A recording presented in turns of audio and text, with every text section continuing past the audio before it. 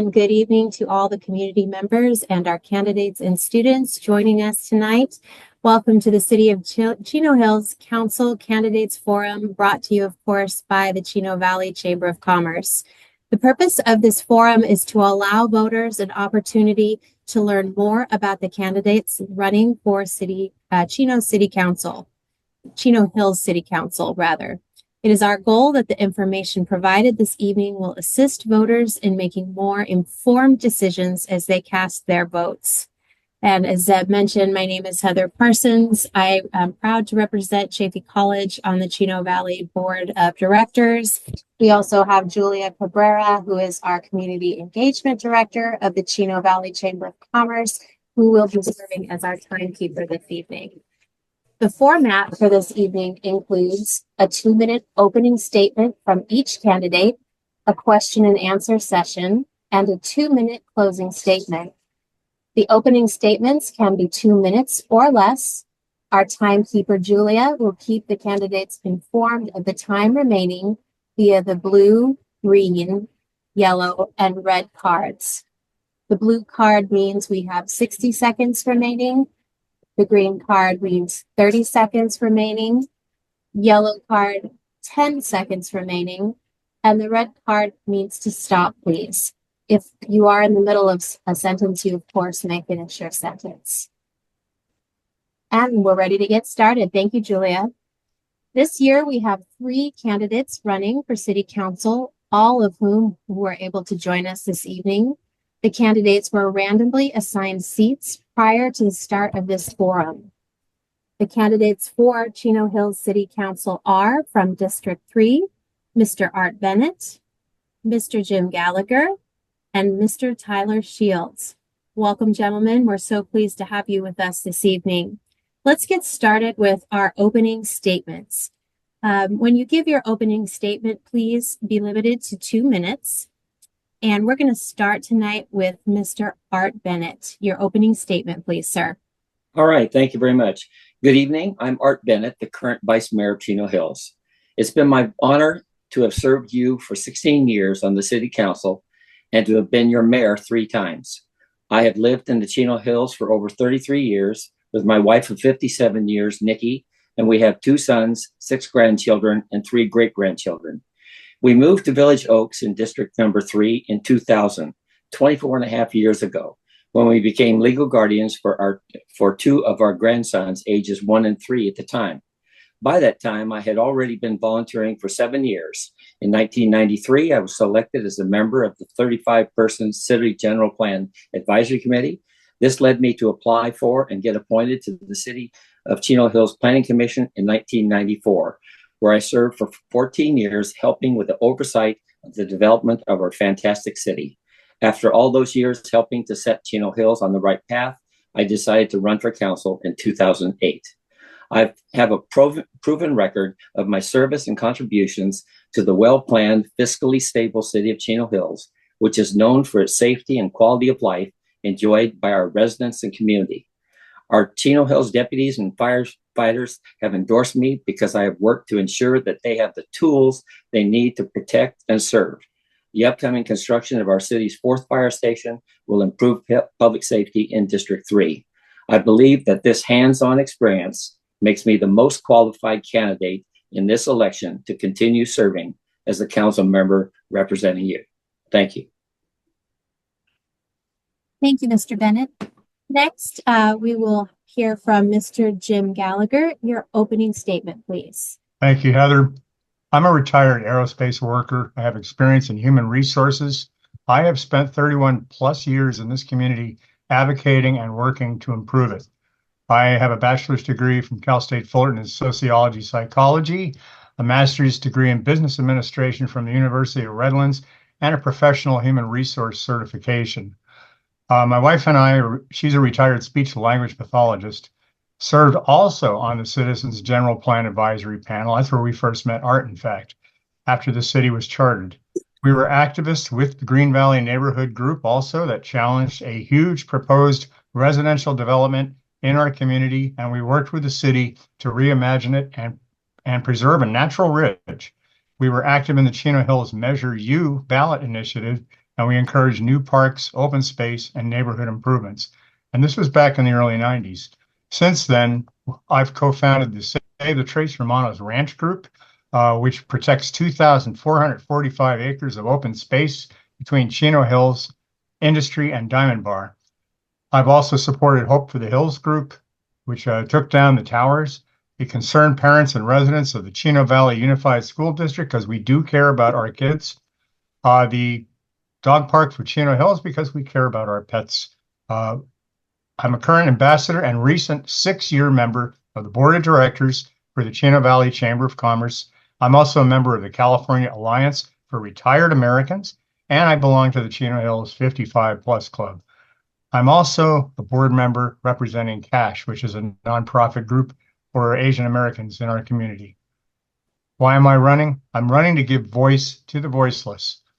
I want to work and meet and include the needs of all of our neighborhoods, our diverse residents, youth, and our aging population. I want to represent you. I'm done. Thank you. Thank you, Mr. Gallagher. And now, Mr. Tyler Shields, your opening statement, please, sir.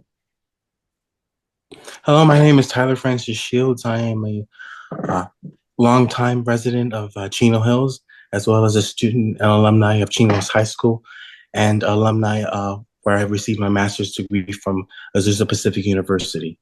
I'm running due to the reasons of the general fund being diluted, as well as other reasons of trying to be more interactive with the community by offering city council meetings on the weekends instead of the weekdays, due to some people like myself who may be working nights or work 9 to 5 or 7 day a week, 7 day a week work week, that is able to find themselves doing something on the weekends besides just watching videos through the portal. The reasons also I'm running is because of the fact that the general fund is at stake, and I feel that the tax incentives that can be implemented to the city and ideas that I have can be very useful within the next 4 years. Thank you for your time. Thank you so much, Tyler. And now that all of the opening statements have been made, we're going to move to the question and answer period. To encourage candid responses from our candidates this evening, the candidates did not receive advance notification of the questions that will be asked tonight. The questions are a combination of those received in advance from the community and chamber members, and those prepared by members of the Chamber's Legislative Action Committee.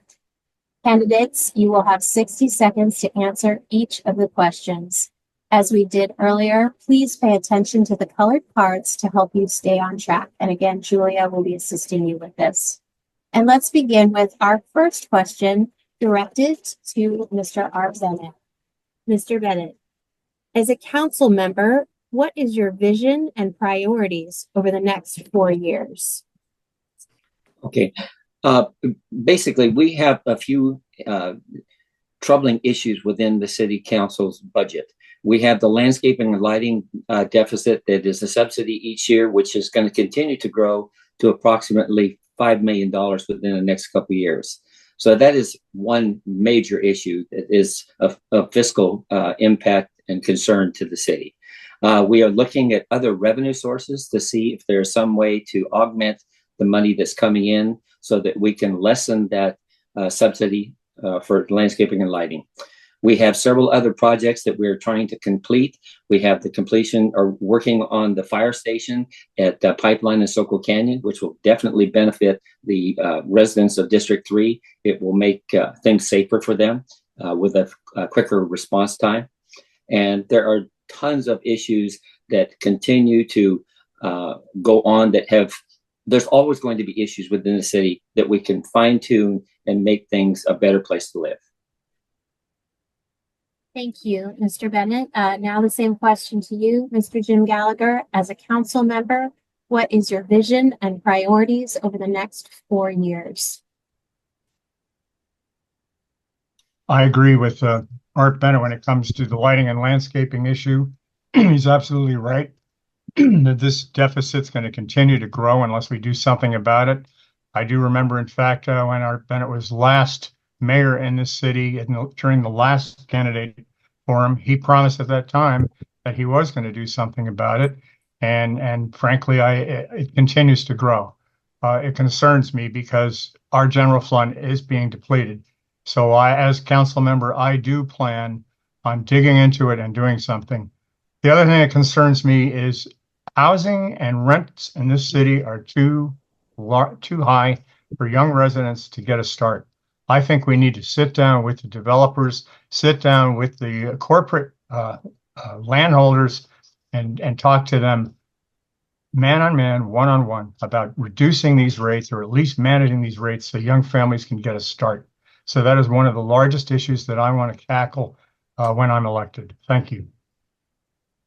Thank you, Mr. Gallagher. Mr. Shields, the same question to you. As a council member, what is your vision and what are your priorities over the next 4 years?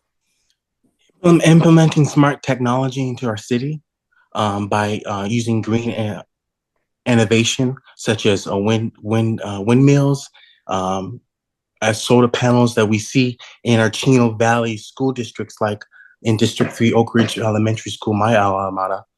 They have solar panels on top of their parking lots in order to create energy for their school. I think we can implement that into the city as well as using windmills, which you can see if you're going up the coast of Palm Springs.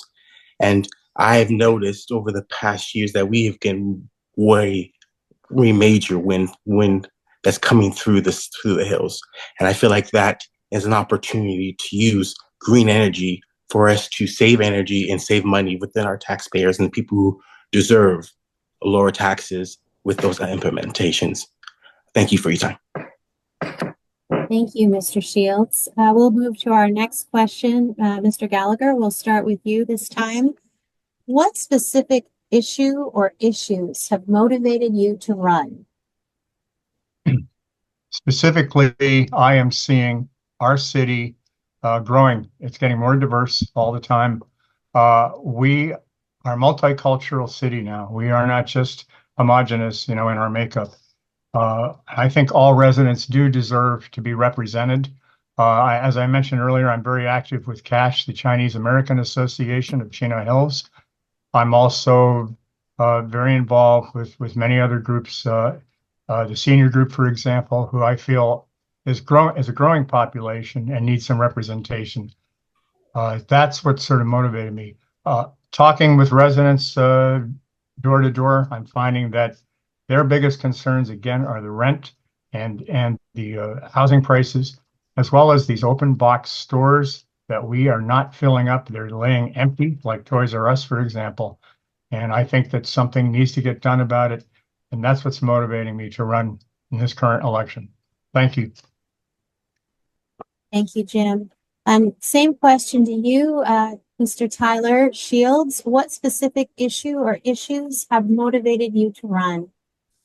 Implementing youth into the city council, as well as implementing their ideas into the city.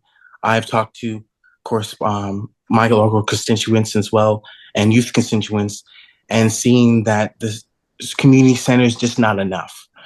Using other buildings or other platforms to create a computer land center for people who can't afford a computer or can't afford the internet, but may be able for the city to come in and be able to advise or even start a program for them to rent, for the city to put money into the general fund, as well as using 3D printing technology that can be rented out to people who want to make items and other types of things, as well as a recycling center, I believe, localized within the city that can implement some type of general resource to fund into the general fund. Thank you for your time. Thank you, Tyler. Now, Mr. Bennett, the same question. What specific issue or issues have motivated you to run? Well, it's more of completing, hopefully, a lot of the things that I have been interested in and focusing on the last several years. We have issues Jim mentions the population and the high rents and everything else, or the vacant shopping centers. It's easy to say that, yeah, we're going to do something with that. We're going to talk to the brokers about putting businesses in at reduced rents, or trying to make them into homeless centers, or reconfigure them into lower cost housing. But the reality is that's not going to happen. One council member or an entire council is not going to be able to dictate to the real estate industry, or anyone else for that matter, to make those kind of changes. We can talk about it, but the reality is, it's just like when we put in all of the apartments down on Butterfield Ranch Road. They were approved before cityhood, and they weren't going to happen until the market improved sufficiently to make those developments happen. Thank you. We're going to move on to our third question of the night. Tyler, we're going to go ahead and start with you this time. What is a unique skill that you possess that you would bring value to the city of Chino Hills in your role as council member? Oh, there we go. Well, I bring the unique aspect of being engaged into the entertainment industry. I know a lot of people who are looking for spaces and places to film projects within that industry, and I feel like the city can implement on a aspect of California that is considered studios are not valuable as they were back in a few years ago, because a lot of companies are moving outsourcing to other areas outside the country, or even outside the nation. And I think the city can implement some kind of tax incentives for those type of businesses to come into the city. And I feel like with my background in that type of industry, I can implement those type of funds and be able to bring some type of aspect of entertainment within the city. Thank you. Thank you. All right, this time we will ask the question of Mr. Gallagher. Same question. What is a unique skill that you possess that you would bring value to the city of Chino Hills in your role as a council member? First of all, my years of experience working with the Chamber of Commerce and being on the board of directors is I feel that I have a skill of being able to cut across the various boundaries that we all create within ourselves and communicate with people. My goal, of course, is to bring people together around common opinions, common values. So, for example, when Art Bennett mentioned earlier that one councilman cannot make a change to an existing problem, I disagree. I believe that one councilman can also work with other council people and also work with the community at large to bring about the changes that we need to improve our community. I don't abide by the concept that we cannot do this, or we cannot move forward or accomplish things. I believe this city has a lot of residents with a lot of talents that we could certainly bring to bear to bring about lots of change. And that's, I think, my strength that I want to bring to the council. I want to talk to everybody. Thank you. Thank you. The same question to you, Mr. Shields. Heather, I think you got the order wrong. You heard Tyler. I should have already went. I think it's Art's time. Yeah. Thank you, Mr. Bennett. I apologize for that. Not a problem. As we move forward, if I ever do that or something's off, please feel free to stop me. We want to make sure we do this properly. Everyone will get their chance to speak, so that's fine. Thank you. Thank you for your kindness, sir. Same question to you. What is a unique skill that you possess that would bring value to the city of Chino Hills in your role as council member? Well, hopefully through 16 years on the council and 14 years on the planning commission, I've demonstrated repeatedly what those skills are. I am a people person. I can find consensus within groups.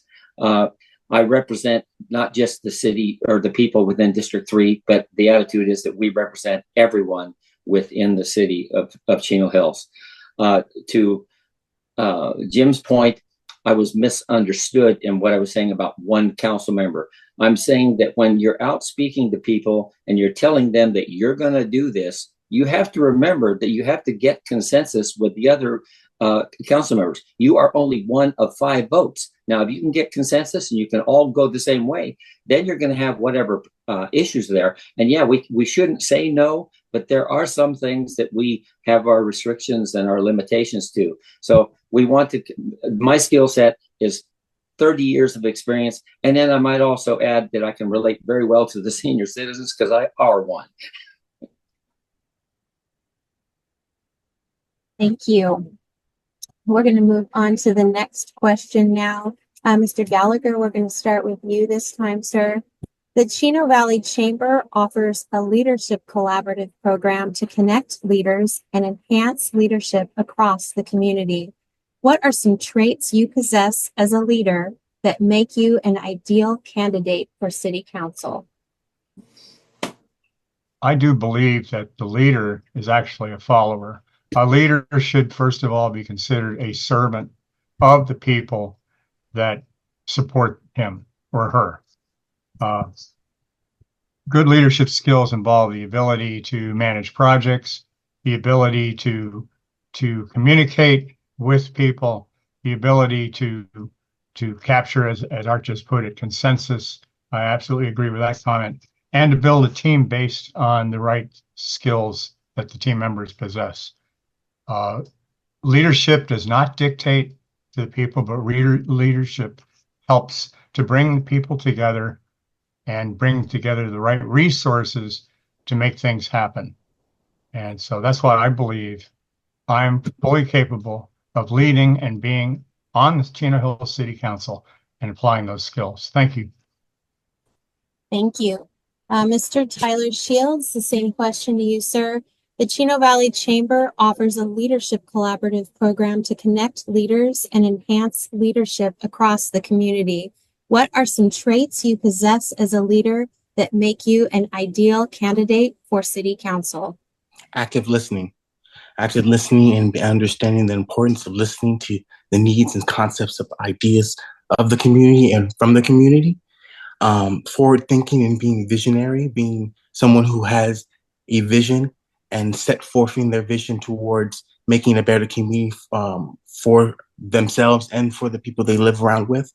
The critical of sustaining growth and ensuring Chinos continues to thrive for future generations, not just for one generation, but for all generations that are coming, are upcoming.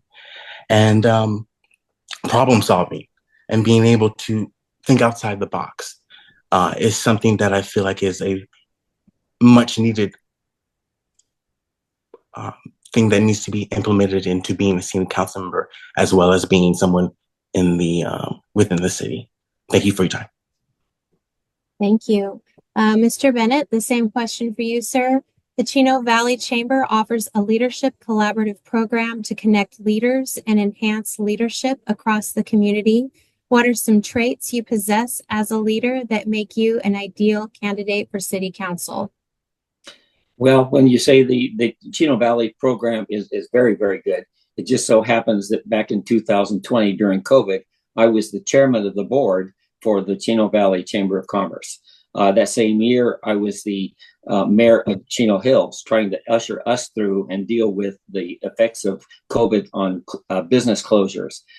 In my professional life, I was the president of a national organization that included 4,700 attorneys, accountants, tax professionals in leading the Institute for Professionals in Taxation.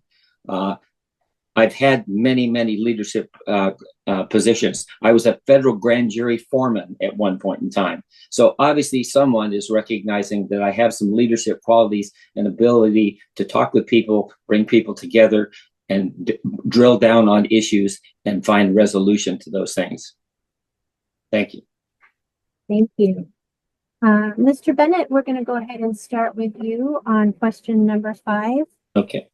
Chino Hills is currently facing a budget deficit. How do you plan to tackle this financial shortfall? Okay, I'm not sure where Tyler got those numbers that we're facing a deficit. We haven't had a deficit. We move things around, and we are on a quarterly budget review where each year and every quarter we look at revenues and expenses And if revenues are not coming in that will be sufficient to cover the expenses, then we forego those expenses. We have an actual 60+% surplus in our budget. We are one of the most fiscally solid cities in the entire Southern California area. So I'm not sure where, Tyler, I know he threw some numbers around in a written article too. I don't know where the numbers are coming from because they don't make sense. We are not in a deficit. We have these subsidies, but we still does not produce a deficit for the city. We're in excellent fiscal shape. And the only reason we have an issue with those subsidies is we've got to come up with yet another revenue source so that we don't have to overburden our budget by subsidizing those. So we're looking for revenue sources. Thank you, Mr. Bennett. Mr. Gallagher, the same question for you, sir. Chino Hills is currently facing a budget deficit. How do you plan to tackle this financial shortfall? Well, I believe the budget deficit that this question refers to has to do with our general fund. The 5-year outlook of our general fund shows our revenues, our expenditures are going to far exceed our revenues if we do not come in with deal with this lighting and landscaping issue and figure out how to attract new revenue sources. In fact, I don't know, the chart shows almost $65 million for the revenue piece. The other point, though, is we just took a $2 million cut in services this past year. Looks to me like an adjustment. That means that all new services are not going to be conducted. Instead, existing services are going to be paid down using the American Relief Fund Acts this year. That kind of concerns me a little bit. I think that the city is showing signs of fiscal issues. Thank you. Thank you. Mr. Shields, the same question for you. Chino Hills is currently facing a budget deficit. How do you plan to tackle this financial shortfall? Well, the information where I received was from June 11th City Council meeting, where Art Bennett had his despicable outburst. But besides that, I wanted to figure out ways to bring in revenue for the general fund because I'm not looking to ask the city for a raise. So personally, I wouldn't want it to have any type of raise or take any money from the city when in office, but using information like green energy and revenue streams from those type of environmental platforms to bring in revenue, I think is a good idea. And thank you, Art, for avoiding the subject and that asking how you can be better to bring in revenue for the city. Thank you for your time. Thank you. Mr. Gallagher, we'll start first with you this time. The question is, how do you balance the need for housing with keeping the atmosphere we've created in the city of Chino Hills? That's a really good question. I think one of the things that most residents moved to Chino Hills to begin with for was what we established in the general plan. Our vision was to create a rural-like atmosphere with lots of open space. And that's something I think I'm proud to say we have done. We have a lot of parks, we have a lot of trails, we have a lot of open space like Tres Hermanos that we're now keeping pristine. However, there are housing mandates. We have a huge housing crunch in this state. I think none of us can deny the fact that there is a homeless problem and that also many of our youth are in many ways still living at home. I've knocked on doors where I talk to people where they say my son, my daughter-in-law, and their baby are all living with us because they cannot afford to live in our homes in our community. And so they're looking elsewhere. What are we going to do about it? I think we need to do what the Planning Commission did. We're putting all of the housing that's mandated, 3924, I think, units have to be put in. We're putting them around the golf course. We're putting them next to the Baptist Temple. We're putting them around the shops. And I think they were thought out very well. Sorry for going over. Thank you. Thank you. Mr. Shields, the same question to you, sir. How do you balance the need for housing with keeping the atmosphere we've created in the city of Chino Hills? I think implementing classes for families to invest in trusts or living trusts for people who already have, already are living with their homes and also living with families to families. For when that case, that family member who owns the house passes away, that a living trust be able to, keep the people who are living, the children or the grandchildren or stuff like people like that, to live in their home using those type of workshops to implement the city for people who are already in their homes to keep generational wealth with their home. Thank you for your time. Thank you. And Mr. Bennett, the question is the same, sir. How do you balance the need for housing with keeping the atmosphere we've created in the city of Chino Hills? Housing has been a problem for quite some time. The state, of course, has their mandates through the RENA numbers that they say that we need to build these 3,900 homes. I ask you, where are you going to put them? There's the problem. And when they want low to moderate income housing being built, that becomes an issue for the developers. When they have land, developers have the right to develop their properties to their highest potential. The problem we have is Chino Hills has a very unique situation. We're a beautiful community and people love to live here and nobody is leaving. I mean, I'm an empty nester now, but I can't afford to leave. I couldn't afford my own home. So if I sell it, I have to move out of the state. That's the only way they can come up with. And the new people that are moving in, when they're paying now 6 and 7% interest rates, and the prices are just over $1 million, it's almost a entire global problem with the financing that's going on. There's just not enough low cost housing. Thank you, Mr. Bennett. Tyler, we're going to start with you with this round. The question is, would you support affordable housing in Chino Hills and why?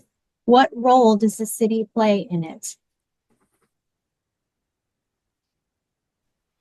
I support affordable housing within the city of Chino Hills, and I also support people who are also already living within their homes to find ways to find affordable living trusts. I feel like that's something that people who are already established and want to pass down their home to their generational family, like a grandchild or their son or daughter.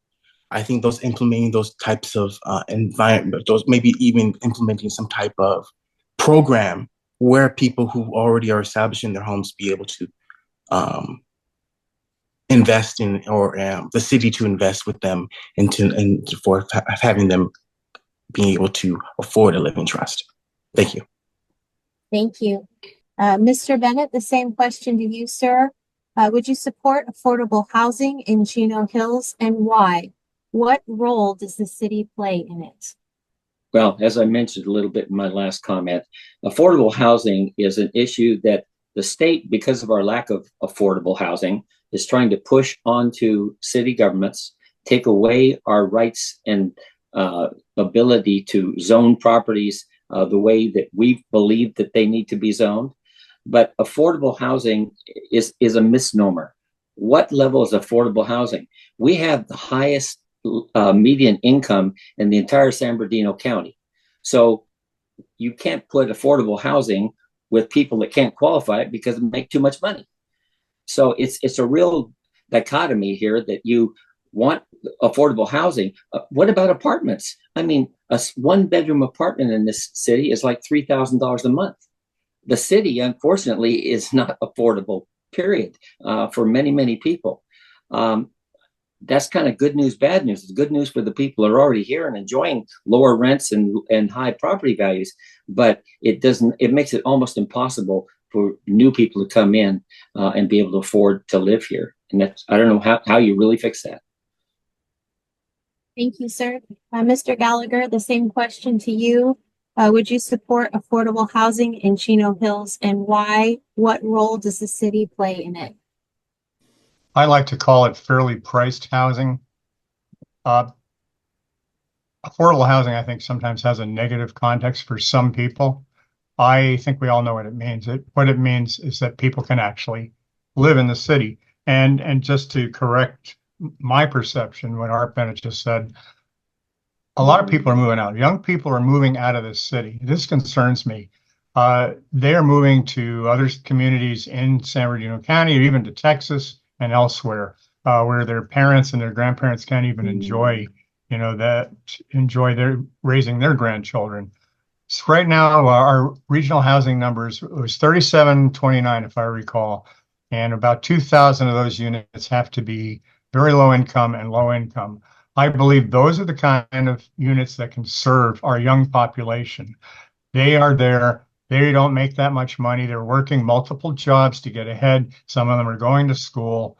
I think it's very important that we do establish that. So I do support that. Then our moderate income and so on, it takes up the rest of the numbers. Thank you. Thank you very much. Mr. Bennett, we'll start with you, sir, with the next question.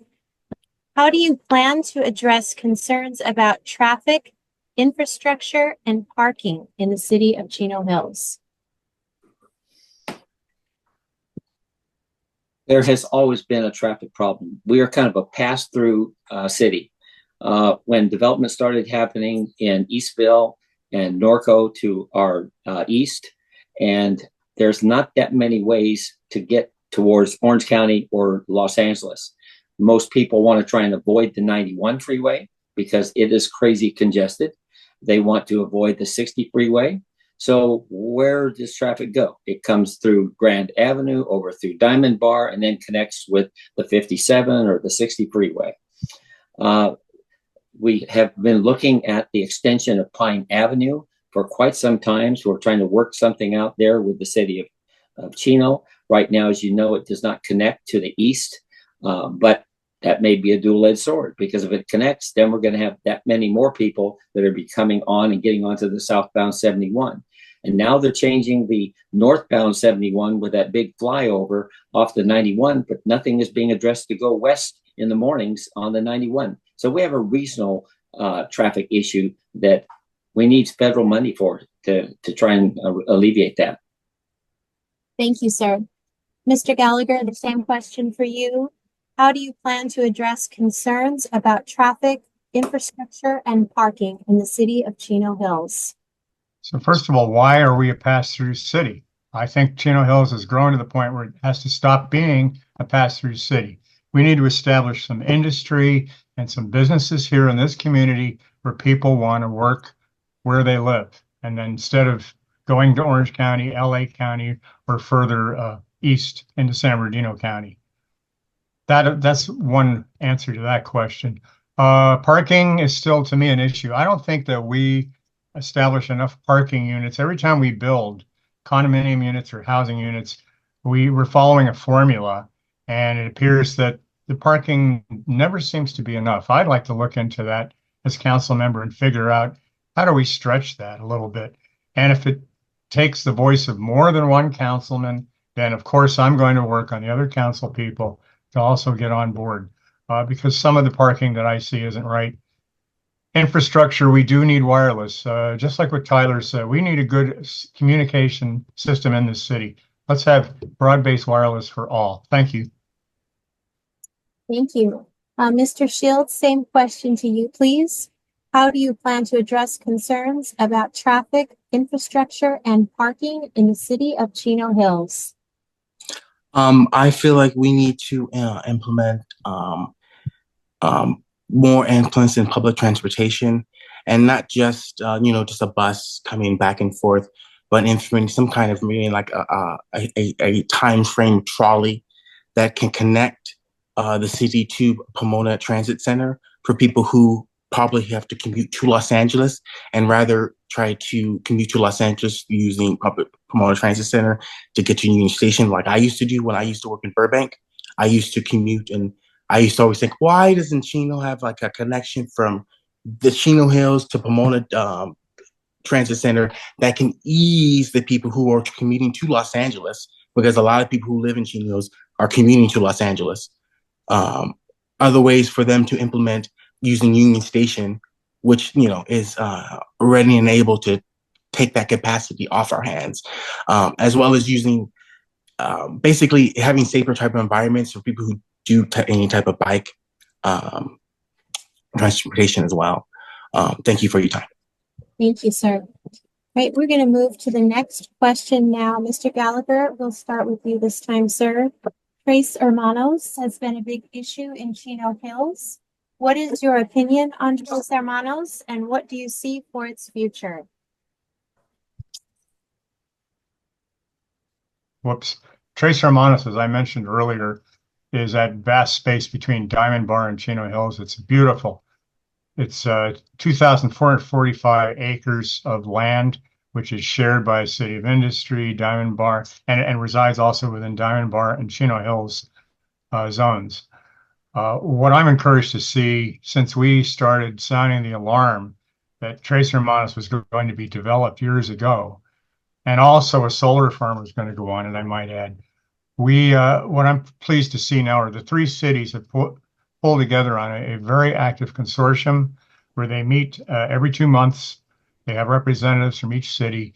I've been personally going to all of those meetings for years because I am concerned about any development going on there. As you know, Trace Hermanos is a natural corridor between the San Gabriel Mountains and the Cleveland National Forest. And there's a lot of wildlife that passes through there. There's a lot of ancient terrain, and I think it's a true gem of property. I'd like to see us do more. Okay, I didn't see Julia. I'm sorry. No problem. Thank you, sir. Okay. Mr. Schultz, same question for you, please. Trace Hermanos has been a big issue in Chino Hills. What is your opinion on Trace Hermanos, and what do you see for its future?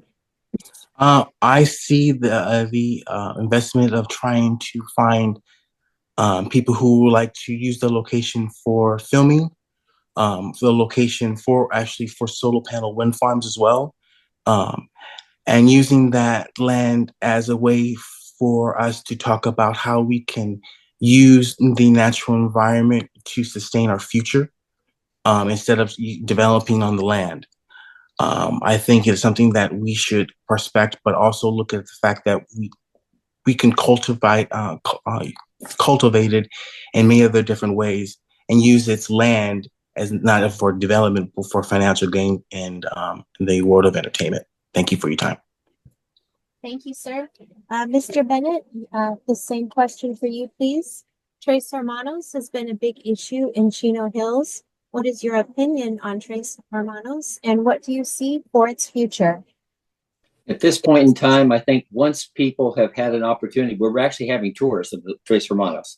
I've been all over that property through the years. I was a member of the Trace Hermanos Conservation group that met with Diamond Bar before industry really got involved. But Tyler, you start talking about wind farms and solar farms and everything else, that dog's not going to hunt. It's just not going to happen. Everybody I know of says that we need to protect Trace Hermanos as long as we can physically do it. And that is what we're planning on doing as a city. We've had to, quote, park these RENA numbers on that site.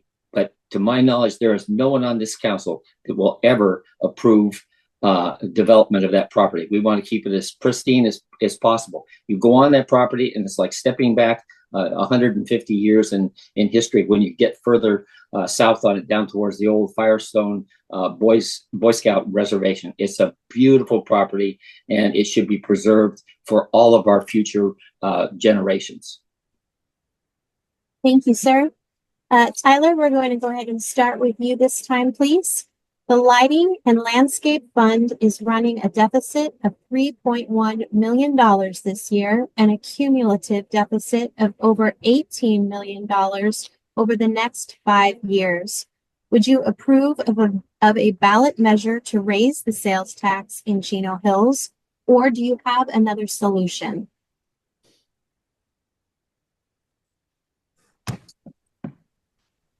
I do not wish to raise the sales tax on the city and the constituents. I would use solutions like applying for grants, as well as implementing cost-saving technologies within the city, and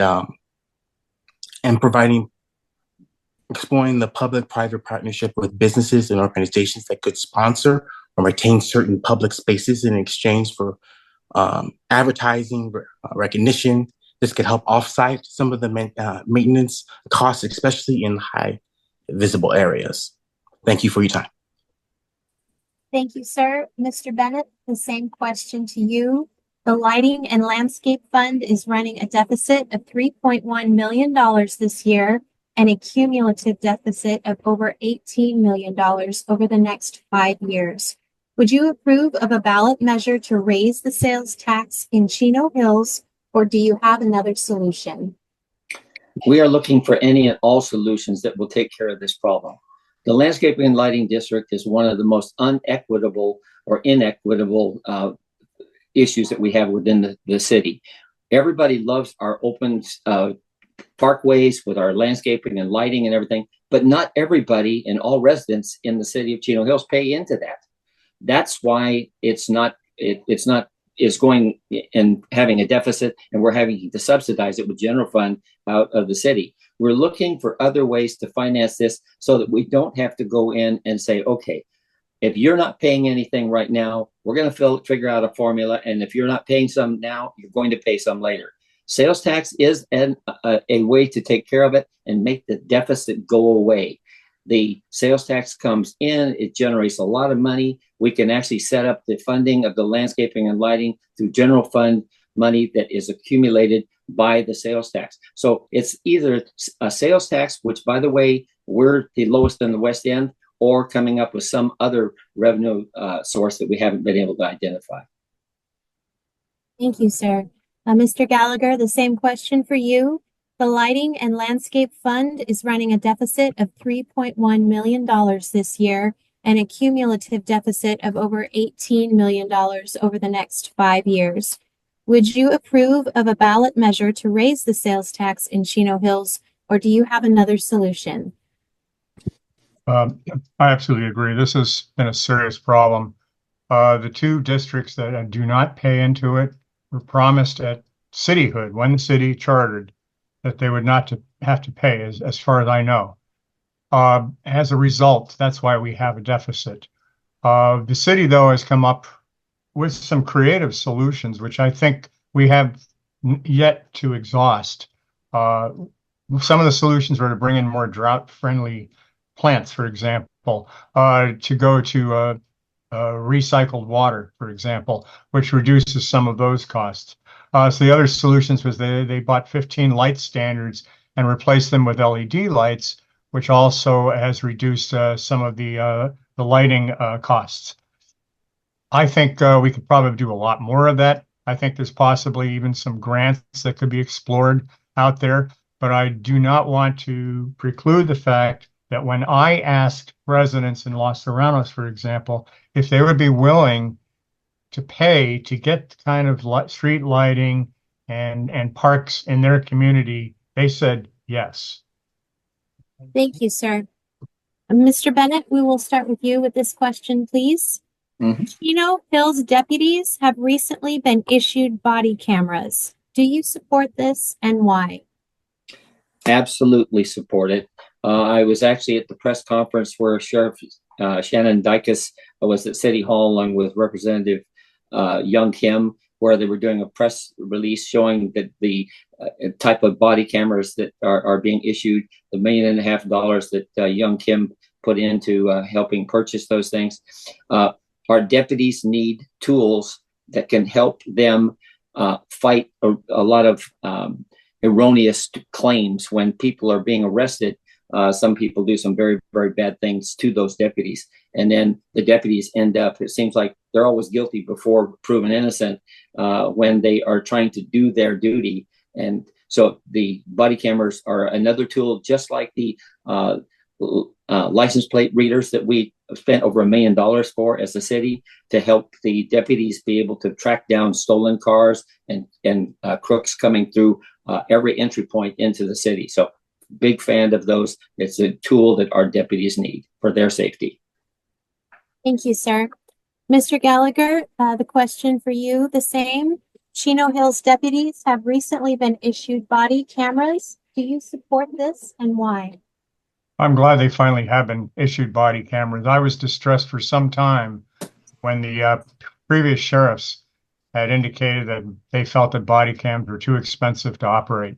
I think body cams not only protect the arrestor, as Art Bennett's indicating, but also the arrestee, because things do happen when there's police activity and the police have to intervene with the residents. The body cam is probably the best and truest, most democratic approach to law enforcement, I think, that exists.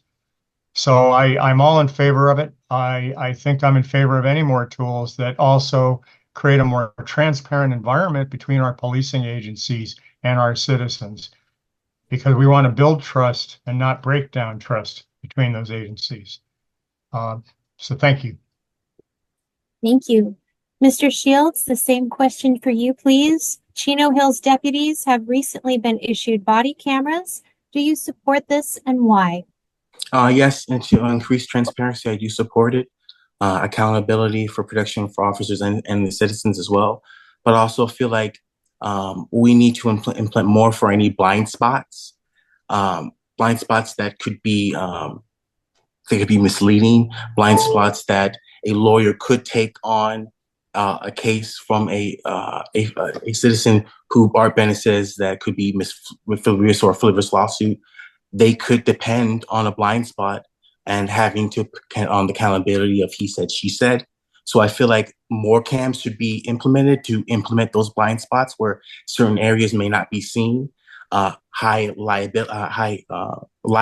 in the areas when someone is being arrested. So all areas are implemented in a high intensity of light for a camera to be able to pick up, because not all cameras, from my point of view and my expertise of cameras, can pick up everything without increase of light. Thank you. Thank you for your time. Thank you, sir. Mr. Gallagher, we're going to start with you with this question, please. Some commercial centers in Chino Hills have experienced challenges with proper maintenance and homelessness issues. As a council member, how would you support businesses in shopping centers that are experiencing these challenges? So first of all, I think we do need to have a meeting with the landlords. Some of our shopping centers have multiple landlords, for example, and I believe that makes communication a little more difficult. I believe also, if you're talking about homeless situation, we do have a group out there that partners with our police department called SWAG, social work organization. And I'm actually pleased to see that. 4 years ago, I suggested that we have social workers that tag along with the police department, and Mr. Bennett nixed that. He thought that was defunding the police.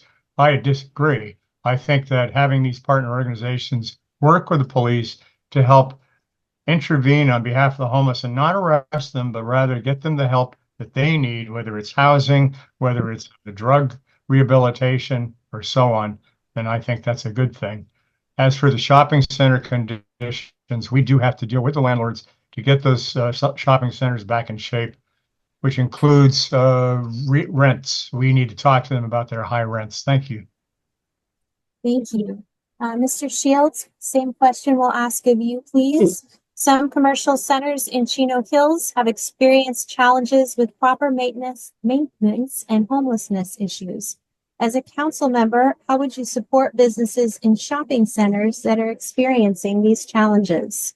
For the homeless issue, I feel like the city needs to take a further step within dealing with a homeless issue before it progresses further. I do see homeless late at night and early in the morning, working a third shift job. I see people walking the streets at night, coming back from work early in the morning. And I feel like they use it as a camping, because this area is a very open landish area. So they might not be in the open areas where everyone can see them. They'll probably be in the areas where they can camp out and maybe even potentially start a fire that could potentially tear down some of these businesses and homes. So I feel like we need to do a more intensive step, implementing programs for people who are experiencing homeless, either people who live in the city or who are commuting from another city into our city, besides just dumping a homeless person back into another area or popular area where they can properly get help. And thank you for your time. Thank you, sir. Mr. Bennett, the same question for you, please. Some commercial centers in Chino Hills have experienced challenges with proper maintenance and homelessness issues. As a council member, how would you support businesses in shopping centers that are experiencing these challenges? Well, we are trying to help the property owners. We have had a flight of businesses from Chino Hills. That's not just unique to us. If you look at all the shopping areas around since COVID hit, what's happened is businesses and storefronts have decided, okay, there's so much now going on with internet sales that it is not really necessary for them to have these big storefronts with all this square footage to be able to sell their goods. So there's a lot of vacancies. We've got a couple major ones right there at 4200 Chino Hills Parkway. Rite Aid left. Now the 99-cent store left, but it's being designated. The homeless so far in our city has not been an issue as far as numbers. However, we do have a belief that people don't pander or don't let them panhandle you. If you see people who are homeless, remember, it's not a crime to be homeless. There's circumstances that make people or put people in those homeless situations. So try, if you see something, report it to the police department, and they will contact those people and the swag group also, so that they can see if they can get them the help that they need. Thank you, sir. Mr. Shields, we'll start with you this time. The question is, many businesses are experiencing break-ins and retail theft at their business locations. How would you address these issues as a council member? I think implementing citywide security cameras like you see in major malls for the city, as well as the police department, as well as using see something type of environment, or if you feel like something suspicious is going on, to say something. Not increasing police patrols, but using technology to be able to surveillance besides just of the presence of police, and offering and grants and incentives for people who want to be able to do something for the city besides just besides this local city patrol, but also like a more intensive and more inclusive way of incentives for people to want to be able to secure their city. Thank you. Thank you, sir. Mr. Bennett, the question to you, please. Many businesses are experiencing break-ins and retail theft at their business locations. How would you address these issues as a council member? Well, we are trying to actively pursue this with the minimal amount of help that we can provide through our deputies on the street. The problem is this is a state problem.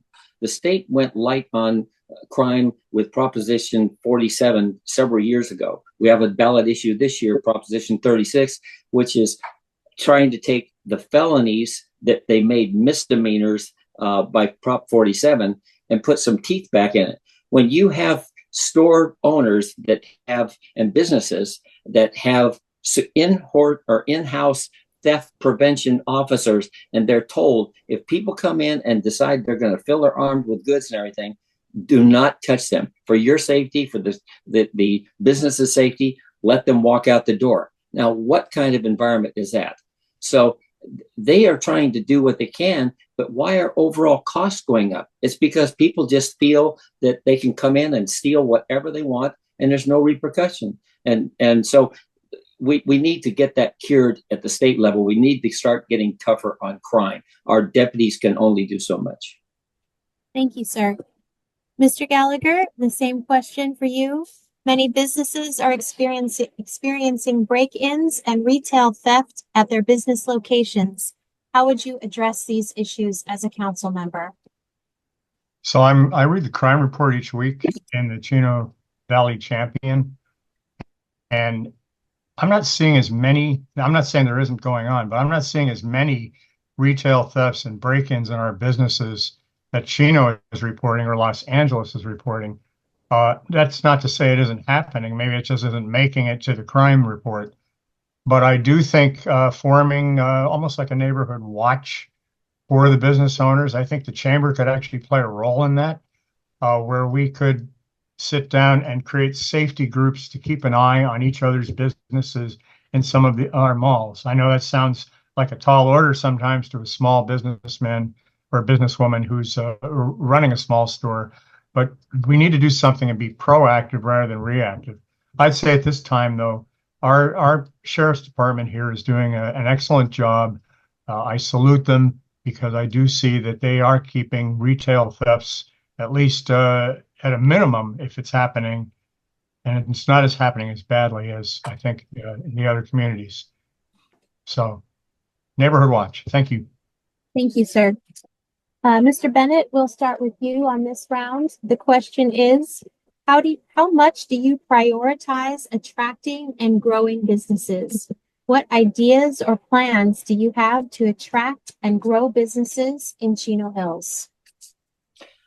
We actually engage with a couple different realty groups trying to look and see when we have vacancies in shopping centers and when we have properties that are potentially developable into centers that can have not only just office space, but some commercial element. Obviously, anything where we can source a sales tax to the city is very, very beneficial. But we are constantly, and of course, as I said before, I was chairman of the chamber. And of course, the chamber does a good job trying to attract a business.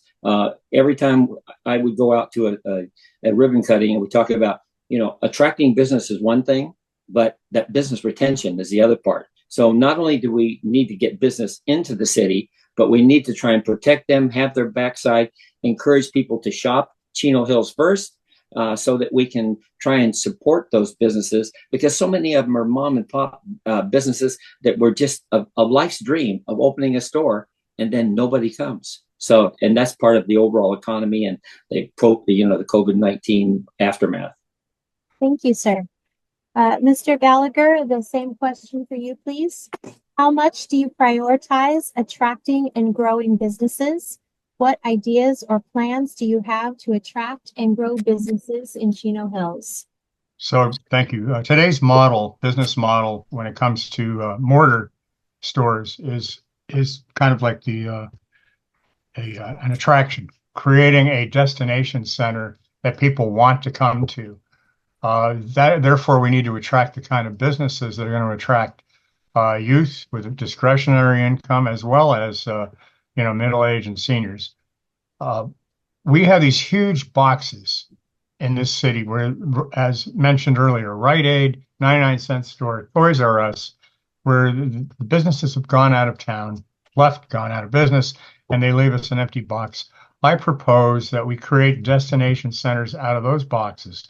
We subdivide them up, create a marketplace atmosphere, put in mom and pop type businesses and restaurants that can share in the rent, because the rent is too high in our community.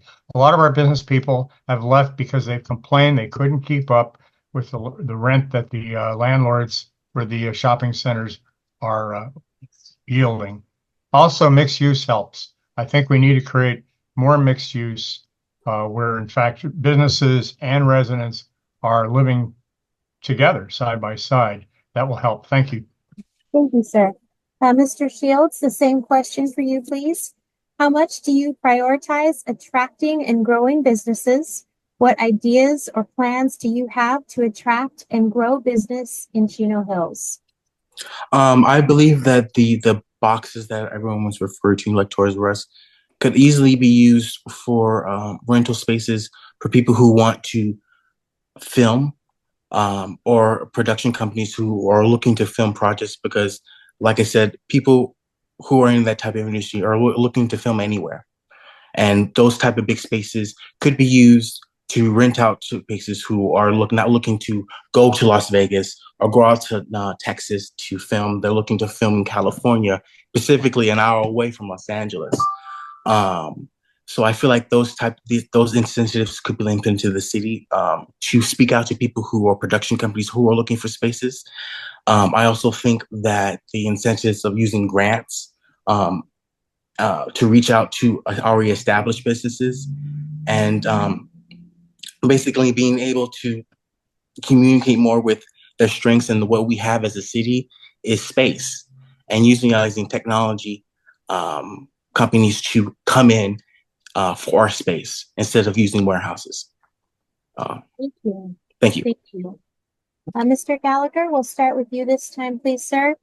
The Chino Valley Chamber has been approved for funding to bring an entrepreneurship center in the Chino Valley.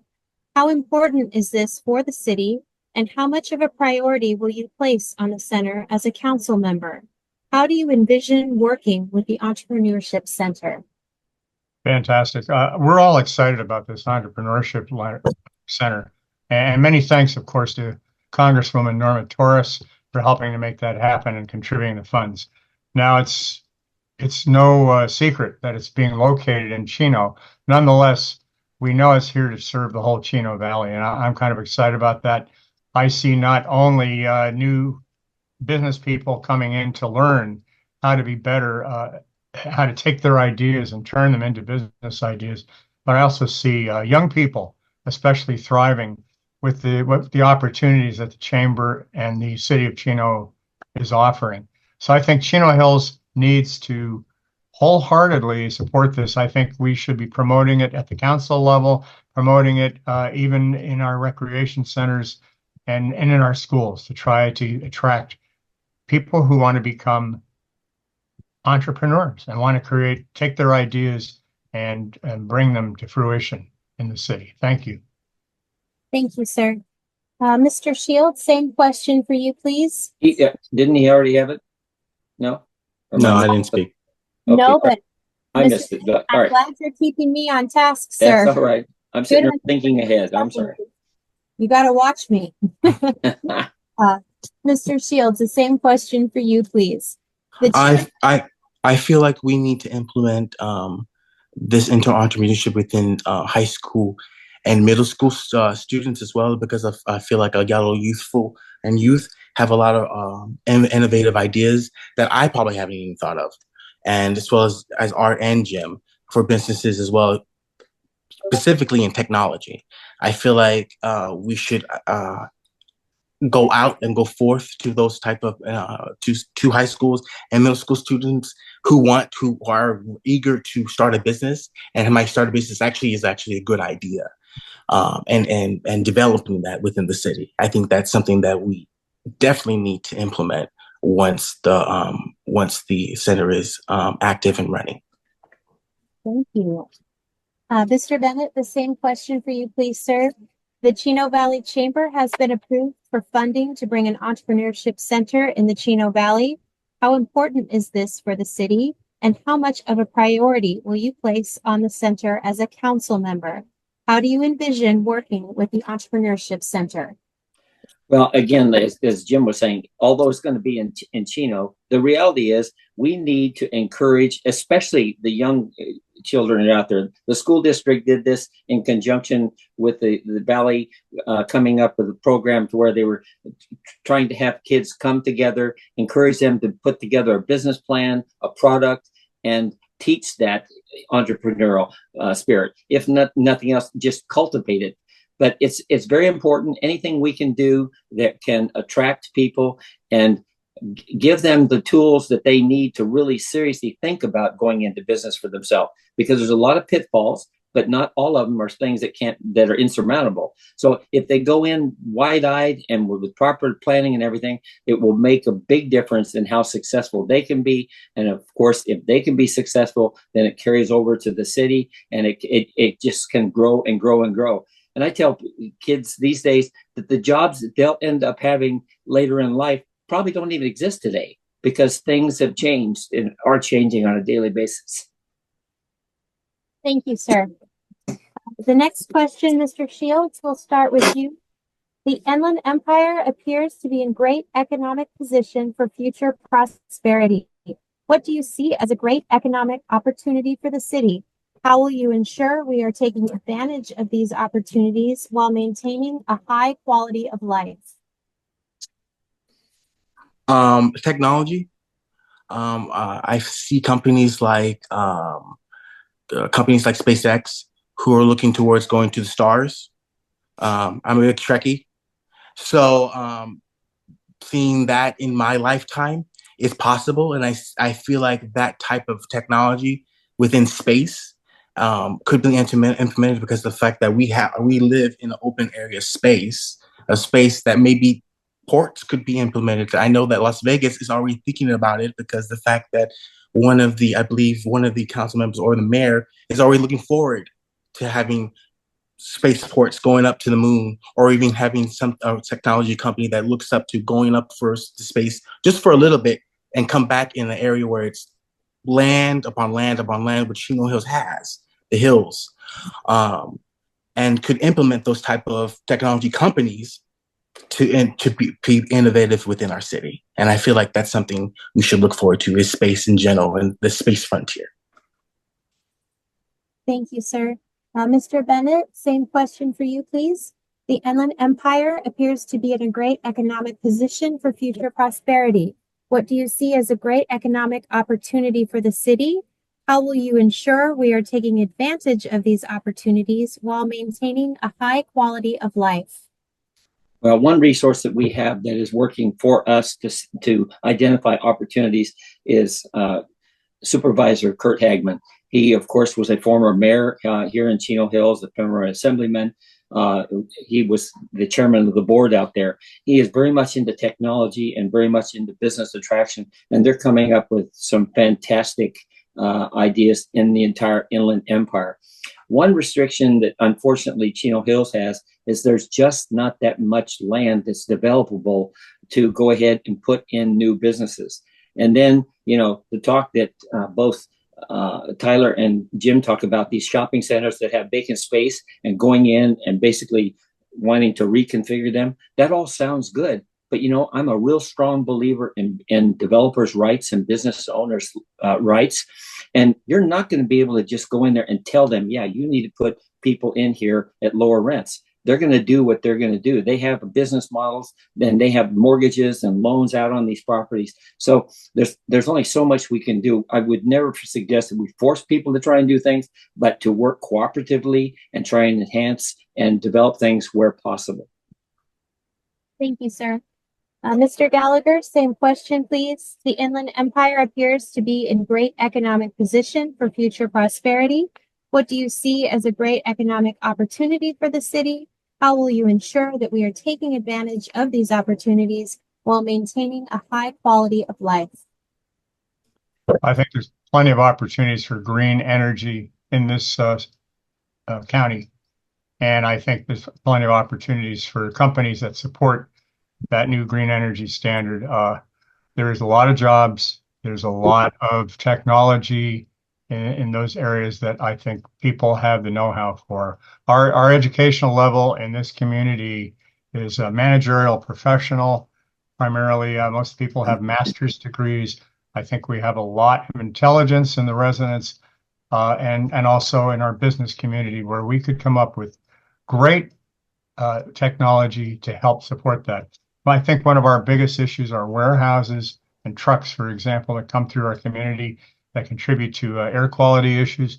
I think we could promote more electric vehicles and also more solar and wind power, like Tyler's mentioning. And to respond real quick to what Art just said about subdividing up these spaces, we're not telling anybody anything. We are suggesting and working for solutions. So, of course, developers have rights, and developers will cooperate when they want to see a win-win. Thank you. Thank you, sir. Now I would like to invite two local students who will be asking the next 4 questions of our candidates. The first I would like to call up is Taryn, and following her will be Matthias. Taryn, take it away, and you will start with Mr. Bennett. All right. Good evening, everyone. My name is Taryn Laldawala, a sophomore from Ruben S. Ayala High School, where I proudly serve as our lead communications for Key Club Speech and Debate and our FBLA chapter. I currently serve as the head fundraising coordinator of 8 local high schools in our area. My first question for you, Mr. Bennett, is what programs or strategies would you implement to support and promote the growth and expansion of local businesses? And how would we measure that success? Could you repeat the question? Because I want to make sure it's kind of dual I think there's a couple different answers in segments to your question. Could you ask it again, please? And for the other to hear it twice as well. Of course. So the first part is, what programs or strategies would you implement to promote and support the growth and expansion of local businesses? Well, first and foremost, I mean, we're talking to the host of our forum tonight is the Chino Valley. I mean, they're out in the bushes, you know, turning over things, developing programs that are trying to encourage people to develop businesses. It's great within the high schools.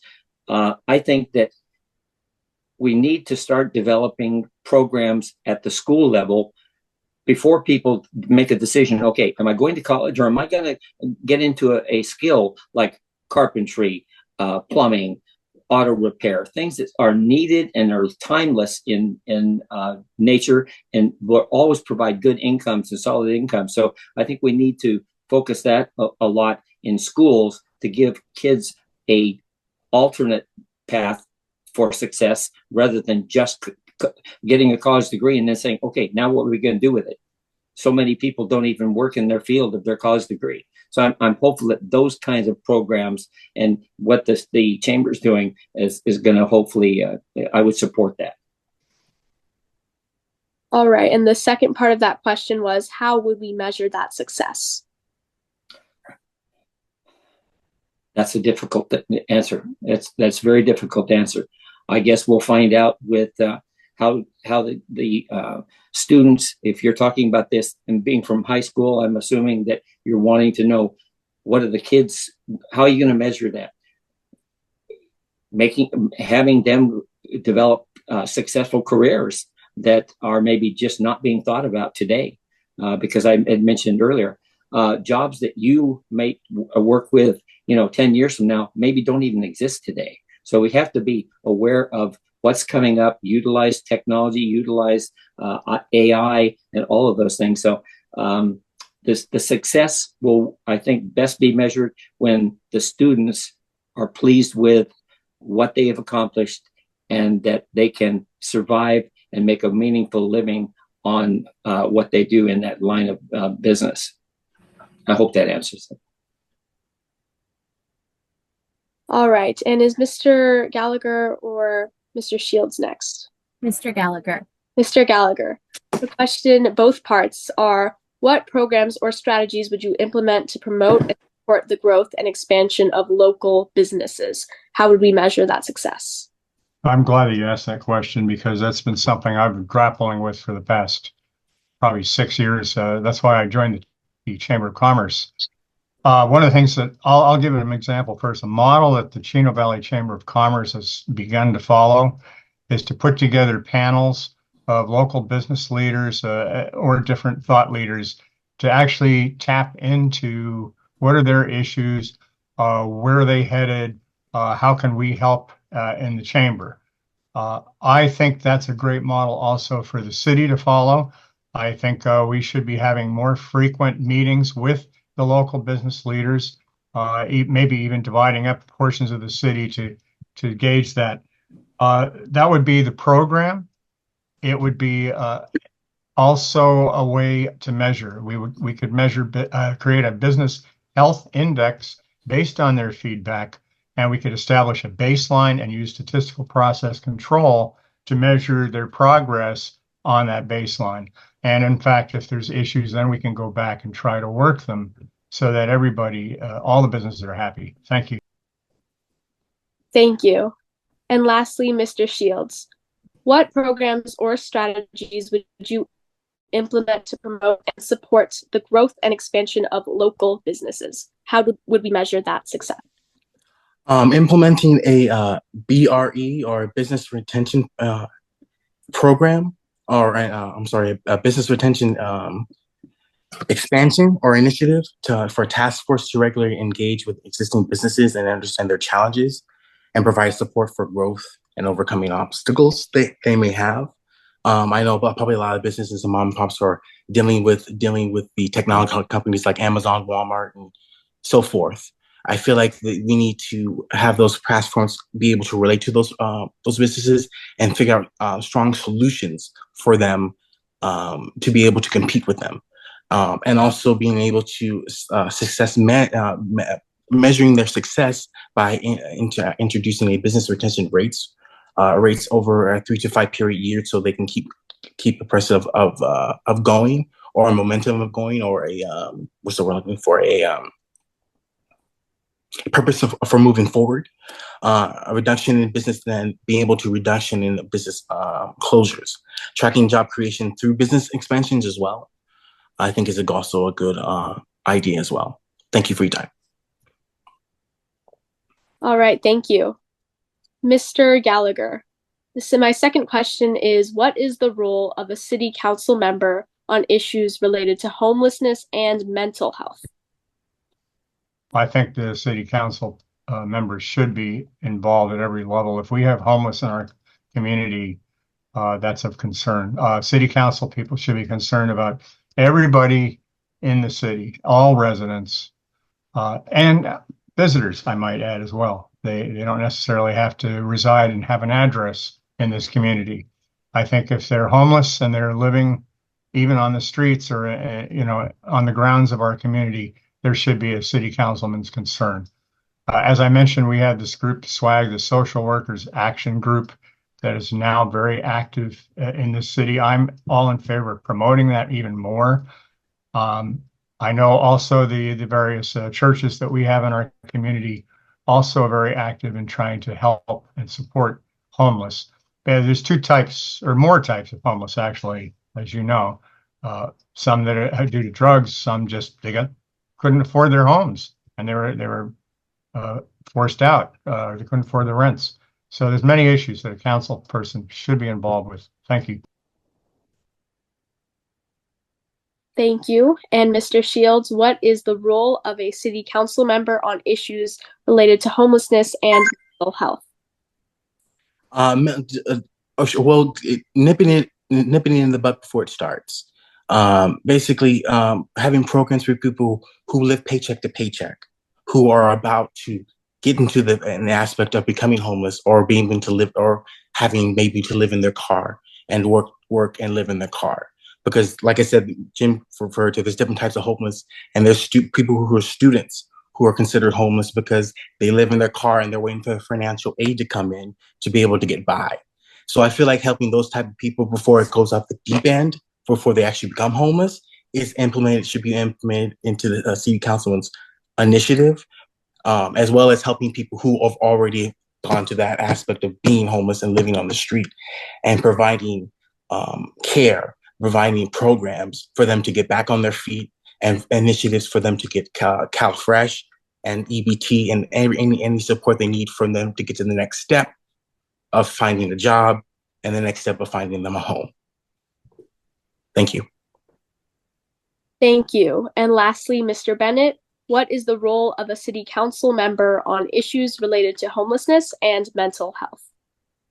I have been involved for several years now promoting the idea internally that I believe we should have a homeless resource center somewhere. At first I thought that the fire station on Eucalyptus would be a good site. Then unfortunately it's got some contaminants and the building's going to have to be torn down. We have had some minor discussions with the city of Chino because they have a larger homeless issue than we do. But I think that it's the city's responsibility to be very proactive and try and come up with some sort of resource center that can help them not only with just the fact of housing, but also the issue of mental health. I can tell you personally with it, and I'll share this very personal. I have a son. I raised my two grandsons because my oldest son is bipolar. And I can tell you all about mental health issues and the need for people to get the proper training for it. They need to get taken care of, get on a therapeutic dose of medications so that they can be productive and self-reliant. So it's a difficult problem. All right. Thank you all for your time. Thank you, Taryn. Mateus, we're going to go ahead and let you start your next question, and you will start with Mr. Shields. Good evening to all. My name is Matias Chimeno. I am a junior representing Damien High School in Laverne, California. And my first question directed to Mr. Shields is, what do you feel are the three biggest issues facing the city of Chino Hills, and what actions will you do to resolve them? I think one big issue is implementing the issues of action and investing in smart traffic solutions, improving public transportation options, or bringing back more public transportation options, because I believe we did, but it was kind of reduced. And I feel like we can implement smart type of public transportation, like we see maybe Laguna, because they have trolleys and stuff like that. It's nice, but it's still public transportation, and it's something that's not overly bearing, like something like a bus, but maybe something that could be implemented. That's kind of a nice thing, but also being able for people to be able to get to areas like the Pomona Transit Center. Upgrading and maintaining infrastructure. I think the fact that a lot of businesses are developers have depleting business infrastructure businesses, and I think there should be incentives for the city to give them incentives to fix their areas up, as well as preserving our open spaces as well in the city. Thank you for your time. Thank you, Mr. Shields. Second up, we have Mr. Bennett. The same question goes for you. What do you feel are the three biggest issues facing the city of Chino Hills, and what actions will you take to resolve them? Yes, we've talked a lot about landscaping and lighting. It's been a problem since day one in the city. We are constantly chipping away at ways of coming up with revenue sources that can fund the entire landscaping and lighting, to do away and eliminate the fact of some people paying some landscaping and lighting and others not. If we can come up with another revenue source that goes into the general session or fund, and then the entire landscaping and lighting for the entire city would be paid out of that, we could eliminate the discrepancy and the inequity of having some people pay and other people not.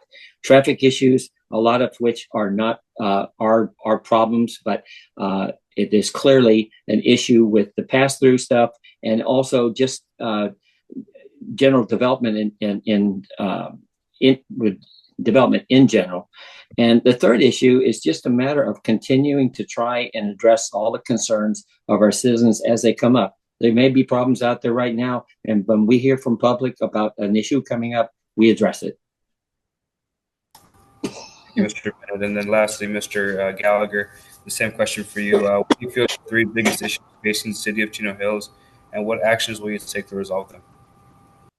Thanks for asking that. There are three big issues. And first of all, we have talked about the lighting and landscaping issue.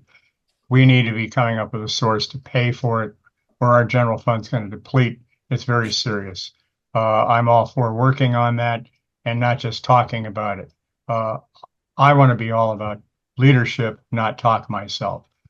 Secondly, we have a diverse, growing population in this city. We have a lot of young people. We have a lot of growing senior population. We have people of many cultures, Asian, Muslim, and so on, and they're feeling marginalized. I want to come up with a way to deal with our diverse residents in this community and bring them in, whether we form groups, whether we involve them in the decision-making processes at a committee level. I know that committee workshops work well. I know that educational workshops work well. That's what I want to include. I want to have fairly priced housing for young people. I want to work on that. I am not telling developers what to do. I am talking to the developers about coming up with quality units at a reasonable price. And I want to bring in new small businesses. Thank you. Thank you, Mr. Gallagher, for your answer. Moving on to my final question for tonight, beginning with Mr. Bennett. What existing program would you identify as a potential opportunity to reduce waste and resources in the community? What existing program that produces waste? Yes, what existing program would you identify as a potential opportunity? I apologize. Please ask the question again. I'm not sure what you're really trying to hone in on. No worries. What existing program, if there is one, in the community would you identify as a potential opportunity to reduce waste? And if you can pinpoint one, what would you implement? I readily can't identify one that would reduce potential waste, because I think that we are, as a city, look at every program we have and utilize whether or not it is wasteful or not. Most of the time, we're looking at things like the removal of turf and plants that need to be watered to help out with our landscaping and lighting costs, because the city is the largest user of water. We're implementing reclaimed water in areas that's very expensive because of the pumping that's required to get those to the areas that can use them. So I think we are doing things that are already identifying things that can be reduce the costs, not necessarily. Well, and when you're wasting water, every gallon you same with reclaimed is one more gallon of potable water that we need for our houses. So hopefully that'll answer where you're going with that. Thank you, Mr. Bennett. And then moving on to Mr. Gallagher. So a question for you. What existing program would you identify as a potential opportunity to reduce waste and resources in the community? If you don't think there's one already existing, what would you implement? We do have a partial program to deal with existing waste in the city. We have a very effective waste management program. In some ways, it's a little cumbersome for our residents getting used to. It involves, the sequestering of organic waste and putting it, in those little containers that they supply us. I know that's partially an answer, but we have all kinds of waste. If you think each household generates a lot of waste, each business generates a lot of waste. The apartments themselves have difficulty in generating their waste, and they're actually charged by corporate landlords for disposing of their waste. I found out recently, which I think is a crime, because we should all be working together on this. One time I consulted, by the way, with Mr. Bennett on this organic waste program. He told me he doesn't do it. He told me that what he does is he takes organic waste and he flushes it down the sink, in the garbage disposal. I don't think that's setting a good example for the rest of us that are trying to manage waste, as cumbersome as it is. Thank you. Thank you, Mr. Gallagher. And finally, moving on to Mr. Shields, same question for you as well. What existing program would you identify as a potential opportunity to reduce waste and resources in the community? If you can't seem to pinpoint one, which one would you implement? I think that the gardening budget within our city needs to be looked at and implemented, because the fact that I visit Las Vegas because I have family out there, and the fact that if you go to Las Vegas, they understand that they are a desert town. They don't generate water, and I feel like that we should implement that into our city too. I see that we have already done some with some succulent plants and stuff like that. Could maybe prevent any fires that could happen within the city. But I think that the fact that every area you see that's green, that's turning brown, should be rocks. And every area that is green and growing should be rocks. And that we should implement more greenery type plants, like succulent plants that reduce water and can grow like a tree. If you look at my front yard, there is a succulent type plant that keeps growing, and it's produce water. So I think the fact that that is implementing, because the fact that I hear sprinklers and not in my area and other areas, they're just spewing out water because the sprinkler system's broken. So I feel like that the gardening in our city needs to be reduced to a more desert type area, and being able to reduce water in that aspect would be very beneficial for our city. Thank you so much. And thank you all for the opportunity for me to be here. And thank you, gentlemen, for responding to my questions. Yes, thank you to both Taryn and Mateus. It was wonderful to have students participating with us tonight. Gentlemen, we will return to our next question. Mr. Gallagher, I'll start with you, please, on this, sir. The Chino Valley Chamber of Commerce is working on initiatives around workforce, leadership, entrepreneurship, and economic development through their Upskill Chino Valley program. Which initiative is most important to you, and how do you see the city supporting Upskill Chino Valley? I believe that the part of the program that is actually encouraging our youth to think like entrepreneurs and convert their ideas into business ideas. I know this is kind of a vision of Zeb Wellborn, president of the chamber, and I wholeheartedly support it. I'm finding a lot of great ideas in youth, and I would certainly, as a council person, promote that as well. I think contests like the chamber puts out are useful. I think contests that the city of Chino and Chino Hills also tries to put out to support entrepreneur ideas is a great one. We've often thought of schooling as involving two tracks. We thought of it as the technical track where you go into uh, manufacturing type jobs or technical or jobs, and also we think of college, where you're going to get a degree. I say there's a third track, and that's an entrepreneur track where we train our young people to become business professionals. Thank you. Thank you, sir. Mr. Shields, the question is the same for you, please. The Chino Valley Chamber of Commerce is working on initiatives around workforce, leadership, entrepreneurship, and economic development through their Upskill Chino Valley program. Which initiative is most important to you, and how do you see the city supporting Upskill Chino Valley? I see the city supporting Upscale Chino Valley and opportunities engaging in ongoing workforce upscaling through certifications in areas like digital skills, business management, and sustainability. That this will ensure that the local workforce remains competitive and aligned with the needs of upscale businesses.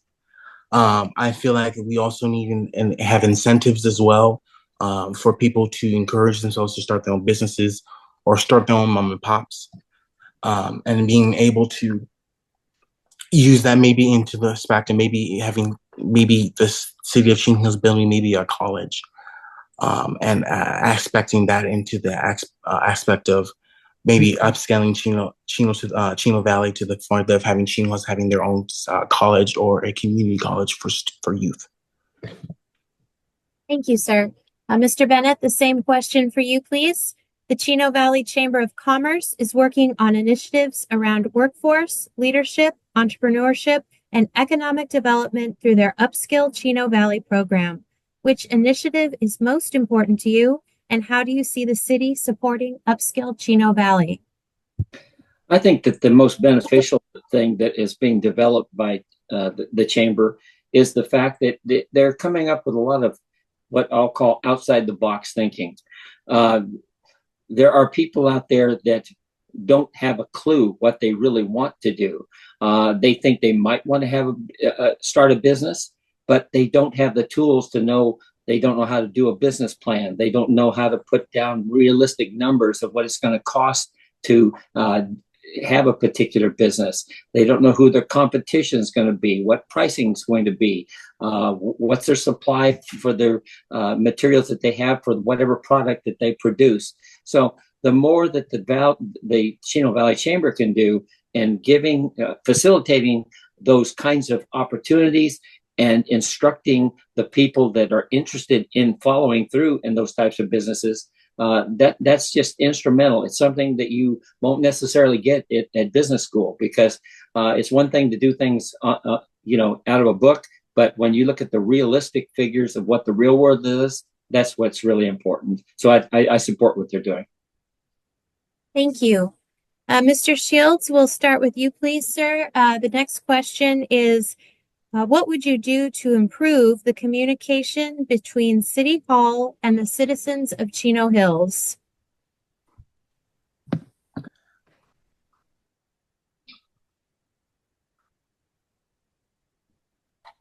I feel like implementing city council meetings that are on the weekends to be more engaged with the city, because like I said, there's people who work Monday through Fridays and they don't have the time to come to a city council meeting that's on a weekday, but weekends there's possibility for them. And I feel like that's something that we need to do to implement more engagement. Platforms, create a centralized online platform, as well as regular town hall meetings besides just city council meetings, but town hall meetings with individual council members, maybe on the weekends. I feel like the weekends are for people who are living from those Monday to Friday jobs and need those weekends to come to those meetings because they don't have the time between their Monday and Friday jobs or their night jobs to be able to come to a meeting during the weekday. So I feel like implementing weekend council meetings and town hall meetings is something that the city desperately needs. Thank you, sir. Mr. Bennett, the same question for you, please. What would you do to improve the communication between City Hall and the citizens of Chino Hills? Well, I think it's a two-way street. I think that people have every right to come and speak with the city council. Unfortunately, in the events over the last year, we've had a lot of very, very disruptive meetings. We've had opinions that keep being pushed that are not within the purview of the city business. They happen to do with international relations and foreign relations. And we have the same group that keeps coming up and trying to force their position on us. So it's difficult, but it should be mutual respect on both ends. And as far as Tyler talking about weekends for city council meetings, I spent 30 years now attending planning commission meetings and city council meetings. When I was running for city council, I met every Tuesday, either planning commission or city hall. If you care about the issues and you want to convey what's going on, then you make the time to go ahead and engage with city hall and get your point across to them for consideration. Thank you. Mr. Gallagher, the same question for you, please. What would you do to improve the communication between City Hall and the citizens of Chino Hills? Recently, the city of Chino Hills made a decision to move their meetings from 6 o'clock or from 7 o'clock in the evening back to 6 o'clock in the evening. And of course, it was solely, I think, for the convenience of council people and staff, as far as I can tell. Also, they moved all the commission meetings back to 6 o'clock. What concerned me is that people who work during the day, which most of us do in Chino Hills, we have 9-to-5 jobs like Tyler mentioned, cannot make meetings at 6 o'clock. So another idea then, if they're going to stick to 6 o'clock, is let's televise these meetings. Kurt Hagman, for example, came up with a program to televise the court meetings in the county when we had COVID. And it took off, and especially when they closed down the courthouses, I might add. I think we should be doing that. The Chino Valley Unified School District does have live meetings that are televised. The other thing, though, is I think we need to learn to be a little more civil. I've seen recently council people who, because of the issues that are being brought up, have not been able to maintain their own civility. And I won't mention names, but one of them's in this room. Thank you. Thank you, sir. Mr. Bennett, we'll start with you on this question, please, sir. What is the city's role in education? How do you feel about charter or community schools and public schools? Would you support the city getting involved in them, and why or why not? I think that the role of what the school districts decide to do is a school board issue. We have residents. If you were to poll all of the residents within the city or any city, you're not going to get a uniform answer. There are people, there are strong points for both. I mean, look at the voucher system that was proposed many, many years ago. Some people, they would prefer to put their children in private school, but they can't afford it. They're happy. There's other people that, hey, they love public school. I have, as an example, I have my 2 older sons went to Ontario Christian. My 2 younger grandsons that I raised went all the way through Chino Valley Unified at Oak Ridge, Townsend, and Ayala, and I think the quality of education was wonderful. So I think that the city should have no position of dictating what happens. I think we can hear about it, but I think that ultimate decision should be left to the school board itself and to the people. If they want to really make a dramatic change, then they need to put it on the ballot and let people vote for it. Thank you, sir. Mr. Gallagher, the same question for you, please. What is the city's role in education? How do you feel about charter or community schools and public schools? Would you support the city getting involved in them? Why or why not? First of all, the city should be concerned about the overall education of all of its residents. I think we should work closely with the local school district as well as the local colleges like Chaffey and Mount Sac and beyond that, University of San Bernardino, because the educational level of our residents is what makes our community great. Other than that, we cannot dictate their policies. Charter schools, for example, I think take away from the efficiency of public schools. I support our teaching population in public schools. I think we should be doing everything we can to promote them, make sure they're safe. We supply good policing to them because we've had issues lately there. And overall, the city cannot dictate how the public schools are run, but we certainly have a say-so as liaisons. I would like to be the councilman liaison to Chino Valley Unified to bring council information to Chino Valley and in return bring back Chino Valley Unified information to the council. Thank you. Thank you. Mr. Shields, the same question, please. What is the city's role in education? How do you feel about charter/community schools and public schools? Would you support the city getting involved in them? Why or why not? I believe that Chino Hills should implement their own actually school district. In the eyes of what's going on with Chino Valley, I feel like Chino Hills should implement their own actual school district and to be able to take care of their schools on their own without having the help of the Chino Valley School District because of what's going on in the districts and the city council. I feel like that's something that should be implemented within the future because of the fact of what's going on with book banning and stuff like that. I just feel like we should just implement it ourselves to start our own school district instead of having to rely on the school district for our city to be better and our city more independent, because the city is a young city, but the city needs to become more independent. Thank you, sir. This is our second to last question. Candidates, Mr. Gallagher, I'll start with you this time, please. The Chino Valley Chamber has been recognized nationally for the work it has done to support local businesses. How do you plan to work with the Chino Valley Chamber to support and invigorate local businesses as a council member?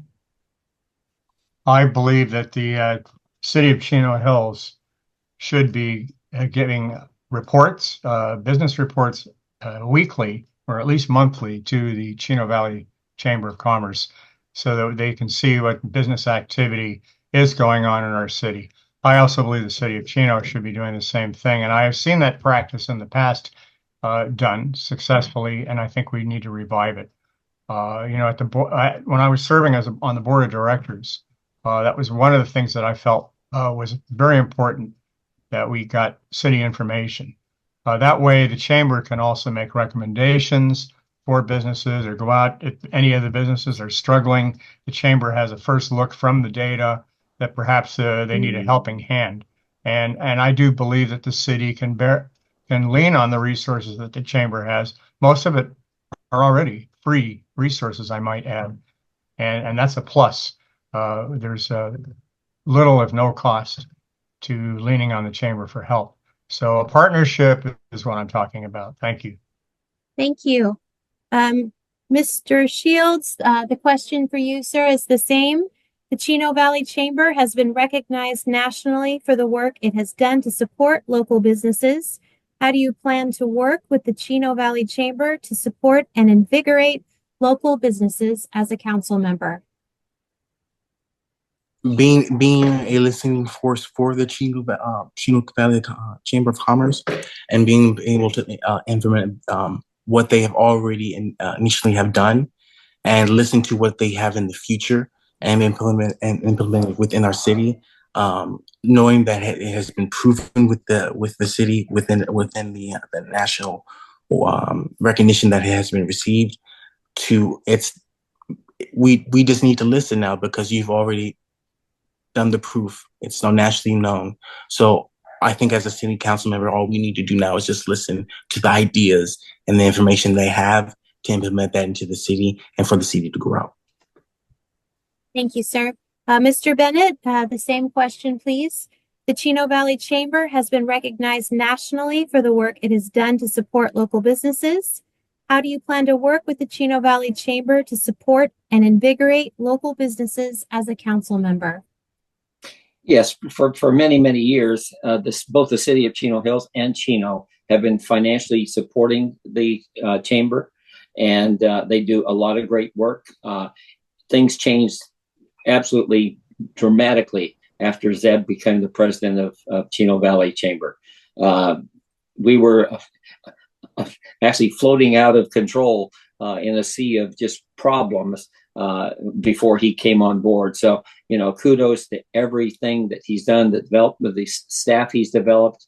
I think if one thing that the chamber could do more often or more of is, we're talking about trying to encourage developers and owners of shopping centers and that about developing those vacant spaces.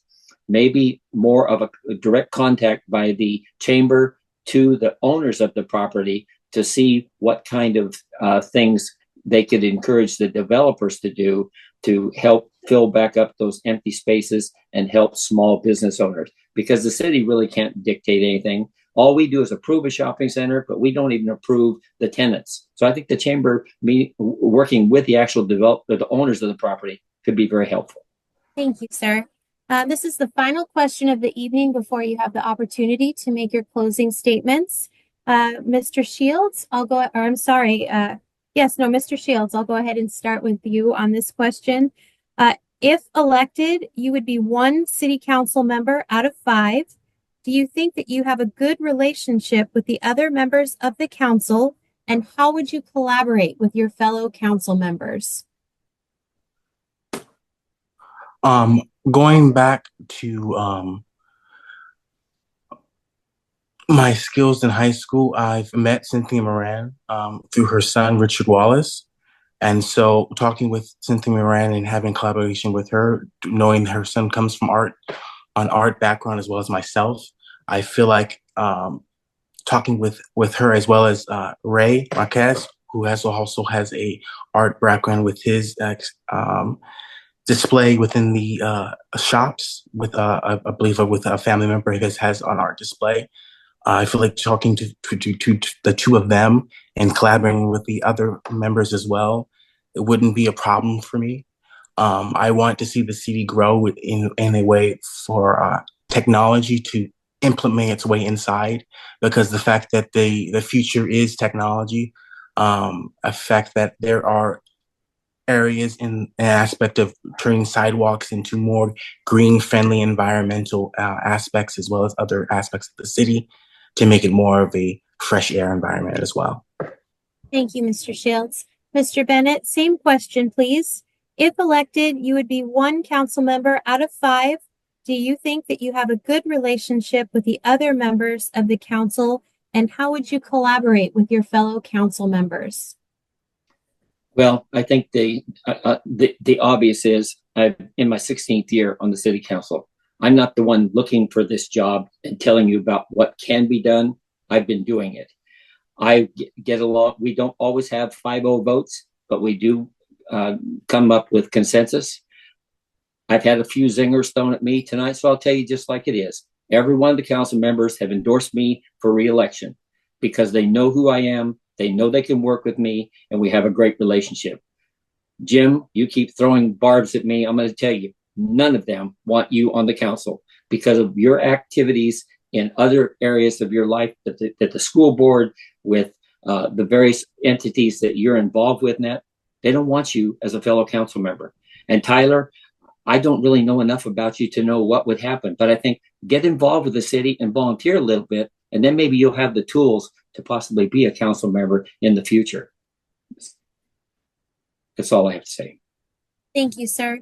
Mr. Gallagher, if elected, you would be one council member out of 5.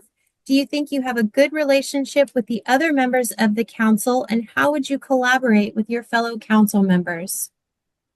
Well, it sounds like I might have to win over the council members if that's true, but I personally was on the Network Neighborhood Leadership Program with Art Bennett, or not with Art Bennett, I'm sorry, Peter Rogers. when he was up and coming, planning commission. We spent quite a lot of time together. I got to know him and Mary. I first met Art Bennett in 1993 when we collaborated all on the GPAC together, the General Plan Advisory Committee. So I've known Art for years and years. So also, Cynthia Moran has told me personally, she said, Jim, there's times when we don't agree with you, if that's what's referring to my other activities. But she said, we do appreciate the fact that you are respectful. And that's something that I've always striven to be, is respectful of the people that I work with. And thirdly, Ray Marquez and I have collaborated a lot. We have sat down and had coffee together, and he's been good at pointing out where I'm right and where I am wrong, and I do listen. I think I agree wholeheartedly in consensus, in the Brown Act especially, and in following the rules of engagement. Thank you. Thank you, sir. We're now at the final leg of our Chino Hills Council Candidate Forum closing statements. Each of you may take up to 2 minutes to make your final statement this evening. And as before, our timekeeper, Julia, will help to keep you on target. Mr. Shields, we'll start with you. Your closing statement, please. My name is Tyler Shields. I'm running due to the fact that I feel like there needs to be changes within the city. I feel like it's up to the voters to vote who they want to be into office. If they want another 4 years of Art, well, when those 4 years, if we have to have a special election due to something that happens to Art, whether it be passing away or something like that, or medical health reasons, I feel like there needs to be changes within the city, because the fact that there needs to be a baton passed down to people who have youthful ideas and youthful initiatives. And the fact that you had people who are like you are, who had their time, that's great. You've done your duty. But there's times where you need to just bow down and let people bring in more initiative ideas and changes, and not just bringing in like where you're referring to as a welfare, housing, or anything like, but technology. Because the future is technology. The future is leading towards technology ideas, technology ways, and innovation. And that's what I specifically want to bring into the city: innovation, the future. I see places like when I work at Walt Disney, Tomorrowland. I want to see Tomorrowland in my city. And that's why I'm running. Thank you, Mr. Shields. Mr. Gallagher, go ahead and share your final statement, please. Thank you. I'm running because I want to give voice to the voiceless. These are activities that I do care about. I care about people who have come into our community from diverse backgrounds who are now asking to be represented. We talked earlier about people coming to City Hall. It's a two-way street. I agree. They come down to City Hall and they try to communicate. And I think they need to know that there's people there that are listening and trying to consider their ideas. I want to include the needs of all of our neighborhoods, our diverse residents, our youth, and our aging population. I want to create inclusive, fairly priced housing for our young residents and also new families, as well as our seniors. I want to preserve that vision we have of open space and well-planned neighborhoods. I want to preserve Tres Hermanos. And also, I want to revitalize our local economy by bringing in new small businesses and work to sustain existing small businesses that are already here. I think the mom and pop business concept is still alive. I still think we have a chance. We could create marketplace solutions. But overall, I think the role of a council person is not to lecture the residents. It's not to tell the residents what to do. It's not to stand up and yell at the residents. I think we have to take whatever they offer us, and I'm going to be that person. If you want to talk to me, if you want to express your opinions, vote for me. I'm going to work with the council. I don't believe it's true that they don't all want me. I think they can work with me. They know me. I can learn just as well as anybody else. And by the way, Tyler has a great idea. We need youth. We need more youthful people involved. That is one of my goals as well, is to get more youthful people involved in our city. And if it takes committees, if it takes running for office to do it, I intend to help make that happen. So thank you very much. Vote for me November 5th. My name is Jim Gallagher. Thank you. Mr. Bennett, your closing statement, please. Yes, thank you to the Chamber for hosting this forum, and thank you to the residents who are watching. You should now be in a better position to make an educated and informed decision as to which of us is the best qualified to serve as your city council member for District Number 3. Experience is important when you're voting someone into a position that requires hard decisions to be made and needs to be able to build consensus with the 4 other city council members. Chino Hills is a great city, and that didn't happen by accident. It took dedicated leaders to get our city to this place, and it will take equally dedicated leaders to move Chino Hills into the future. Our quality of life in Chino Hills continues to be strong. Residents enjoy a safe city within the beauty of our rolling hills. I've worked hard to protect that rural feeling while understanding that there will be growth, but the growth was done in a smart way. When specialized interests wanted to cover Trace Hermanos with solar panels, I stood up to fight against it, and the city won. Just like we won our fight to remove those monster towers that Southern Cal Edison was building to divide our city. I'm proud to have been your strong voice on the city council. Some have suggested that our city is stagnant. I disagree. We continue to build a strong foundation of Chino Hills for a bright future for current residents and those in the future.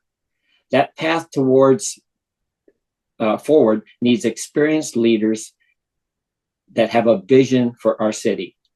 And just a caveat to that, Tyler, I can't believe you said what you really said. Basically, I guess I should just die so somebody else can get on the council. Pretty cheap shot. Jim, I know you talked about... I'm just concerned about your health concerns. Okay, That's thank you all, very much. sir. I do That's appreciate all. that. I'm finishing my closing remarks. And Jim, you know, we've had a lot of disagreements on things.